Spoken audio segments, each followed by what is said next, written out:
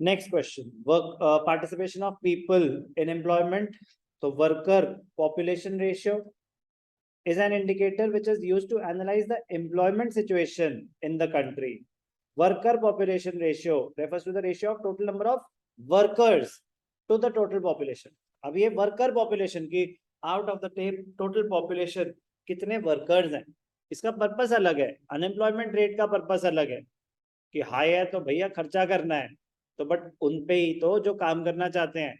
ये इसका पर्पस अलग है कि जो हमारी टोटल पॉपुलेशन है उसमें से कितने वर्कर्स हैं, कितने लोग हैं जो एक्चुअली इकोनॉमिक एक्टिविटीज में पार्टिसिपेट कर रहे हैं. तो वर्कर पॉपुलेशन रेशियो यहाँ पे टोटल पॉपुलेशन ली जाती है, तो टोटल नंबर ऑफ वर्कर्स, सिर्फ वर्क फोर्स ली जा रही है, लेबर फोर्स नहीं, workers expressed as a percentage. Population is defined as the total number of people who reside in a particular. ये तो population बिल्कुल अलग चीज है, लेबर फोर्स बिल्कुल अलग चीज है, वर्क फोर्स बिल्कुल अलग चीज है. पॉपुलेशन पूरी कंट्री की हो गई, उसमें आती है लेबर फोर्स. लेबर फोर्स में एम्प्लॉयड भी है, अनएम्प्लॉयड भी है. सिर्फ जो एम्प्लॉयड है उन्हें कहते हैं work force. Population, labour force, work force. कोई दिक्कत? Important points about worker population ratio. Worker population ratio is very useful in determining the proportion of population that is actively contributing to the production of goods and services in a country. Higher ratio indicates high proportion of its population. High ratio indicates that a high proportion of its population is involved in economic activities. Medium or lower ratio indicates less people are involved in economic activities. The worker population ratio indicates the status of workers in the society and their working conditions. So worker population ratio is the workforce divided by total population into 100. It is normally expressed as a percentage. Labor force participation rate अलग, worker population ratio अलग, rate of unemployment अलग. Please लिख लिख के याद करना, वरना अभी तो सब कुछ फ्रेश होता है, 2 दिन के बाद सब एक बराबर हो जाता है, तो फिर आप यही डिफरेंशिएट नहीं कर पाओगे. वर्कर कौन, वर्कफोर्स में क्या, लेबर फोर्स में क्या, रेट ऑफ अनएम्प्लॉयमेंट क्या, वर्कर पार्टिसिपेशन रेशियो, सब एक जैसे लगेंगे अगर अलग अलग से लिख लिख के ढंग से याद नहीं करे गए. By knowing the status with which a worker is placed in an enterprise, it may be possible to determine the quality of employment in a country. The status with which a worker is placed, मतलब उसका level क्या है, तो एक idea हो जाता है ना कि क्वालिटी ऑफ एम्प्लॉयमेंट सब सिर्फ मतलब जैसे कहते हैं ना कि ग्राउंड मतलब कि बहुत बेसिक लेवल के वर्कर्स हैं, उनको कोई टेक्निकल काम नहीं है, स्किल्ड वर्कर्स नहीं है, तो क्वालिटी ऑफ एम्प्लॉयमेंट अलग होगी. कहना ही सीनियर मैनेजमेंट, वर्क प्रोफाइल की बात हो रही है कि जिस टाइप का उनको काम दिया जा रहा है उससे क्वालिटी ऑफ एम्प्लॉयमेंट का पता चल जाता है. कि अगर मैन्युफैक्चरिंग में ही वर्कर ज्यादा हैं तो वहां उतने स्किल नहीं होते, सर्विस सेक्टर में ज्यादा है तो वहां पढ़े लिखे लोग ज्यादा होते हैं. तो कह रहे टाइप ऑफ वर्कफोर्स से आइडिया हो जाता है quality of employment in a country. Primary में ज्यादा है तो फिर दिख रहा है ना कि एजुकेशन लेवल उतना नहीं है, और ये किसी कंट्री में सर्विस सेक्टर में सबसे ज्यादा है तो मतलब लेवल ऑफ एजुकेशन हाई होगा. क्योंकि होता है ना कि सर नंबर से कैसे पता चल जाएगा क्वालिटी ऑफ एम्प्लॉयमेंट कैसी है, तो ऐसे पता चल जाएगा कि जिस सेक्टर में जिस टाइप के लोग होते हैं तो आइडिया हो जाता है कि आप फिशिंग के लिए, फार्मिंग के लिए कोई हायर स्टडीज की तो जरूरत नहीं है, फैक्ट्री में काम करने के लिए कोई हायर स्टडीज की तो जरूरत नहीं है, बट सर्विस सेक्टर में अगर आप सीनियर लेवल पे हो तो यस डेफिनेटली हायर स्टडीज की जरूरत है. It also enables us to know the attachment with which a worker has with his job and the authority possessed by him over the enterprise and over the co-workers. ये थोड़ा ज्यादा फैल गए, इतना ज्यादा नहीं पता चलता, बट थियोरेटिकल बातें हैं, मतलब ऐसे डेटा से ये सब पॉसिबल नहीं है. अटैचमेंट यहाँ तक ठीक था, यहाँ मैं फिर भी आपको एक लेवल तक कन्विंस कर सकता था, ये मैं भी नहीं कर पाऊंगा. ठीक है ना. वर्कर मतलब कुछ सोच रहा कि लेवल ऑफ अटैचमेंट कैसे, क्योंकि अटैचमेंट क्या, मैं कल कहीं और काम कर रहा था, 6 महीने बाद कहीं और काम कर रहा हूँ। वर्क फोर्स में तो मैं तब भी आऊंगा, पार्टिसिपेशन रेट में तो तब भी आऊंगा, रेट तो चेंज हुआ नहीं। कहाँ का अटैचमेंट थी मुझे उस कंपनी से, किसी ने 10% ज्यादा दी है, मैंने कंपनी छोड़ दी। बात समझ आई? तो थोड़ा सा ज्यादा वो थ्योरेटिकल सी बात हो गई, बट स्टिल कैर ऐसा लोग। Worker, let us discuss some facts and figures. Worker population ratio, rural urban total, men women.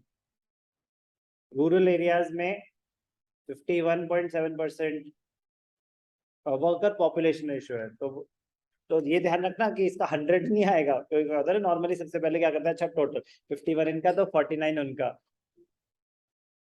समझ आ रही है बात? तो नहीं, please, worker population ratio is the work force divided by the total population. Total population is 100% कि मतलब वो एक टोटल पॉपुलेशन, तो वर्कर पॉपुलेशन रेशियो उसका पार्ट है जो एक्चुअली एम्प्लॉयड है। तो रूरल एरियाज में मेन 51.7%, अर्बन एरियाज में 53%। तो अर्बन एरियाज में ज्यादा है किसकी, मेन का पार्टिसिपेशन रेट। रूरल एरियाज में विमेन का ज्यादा है, मतलब विमेन का रूरल एरियाज में ज्यादा है, मेन का अर्बन एरियाज में ज्यादा है। अब ध्यान से देखना, वो जो मैंने तब क्वेश्चन पूछा था कि why is the participation rate of women in rural areas more as compare to urban areas, अभी वो क्वेश्चन यहाँ पे आ जाएगा। पार्टिसिपेशन रेट ठीक है जी, 34.7% ये ओवरऑल है। 34.7% are workers.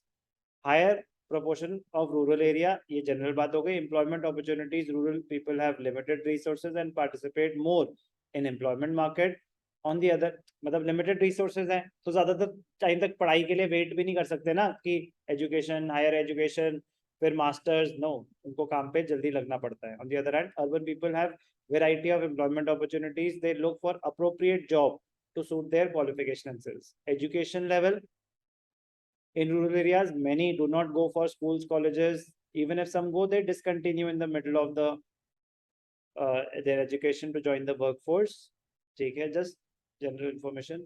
Higher proportion of male workers, ये overall की बात हो रही है कि as compared to ये रहा मेल और फीमेल का देखो ना कंपैरिजन, 52% मेल्स, 16% फीमेल्स। ठीक है ना, पार्टिसिपेशन रेट मेल का कहीं ज्यादा है। As compared to females, more males are found to be working. Men are able to earn high incomes and therefore families discourage female members taking up job. कि normally क्या होता है कि कुछ अब काम है जैसे फिजिकल वर्क है तो उसमें men are more suitable, farming है उसमें men are more suitable। अब कितनी लेट नाइट जॉब्स हैं जिसमें female workers are not comfortable, तो किसी भी मतलब मेजोरिटी ऑफ द एंटरप्राइज में मेल पार्टिसिपेशन रेट रिलेटिवली ज्यादा होता है, उनको रगड़ा जाता है। ठीक है ना, उस वजह से है तो है। More women workers in rural areas, very very important. तो जो तब आया था वो ट्रेलर था, ये उसकी एक्सप्लेनेशन है। Ratio of women workers in rural areas is more than women workers.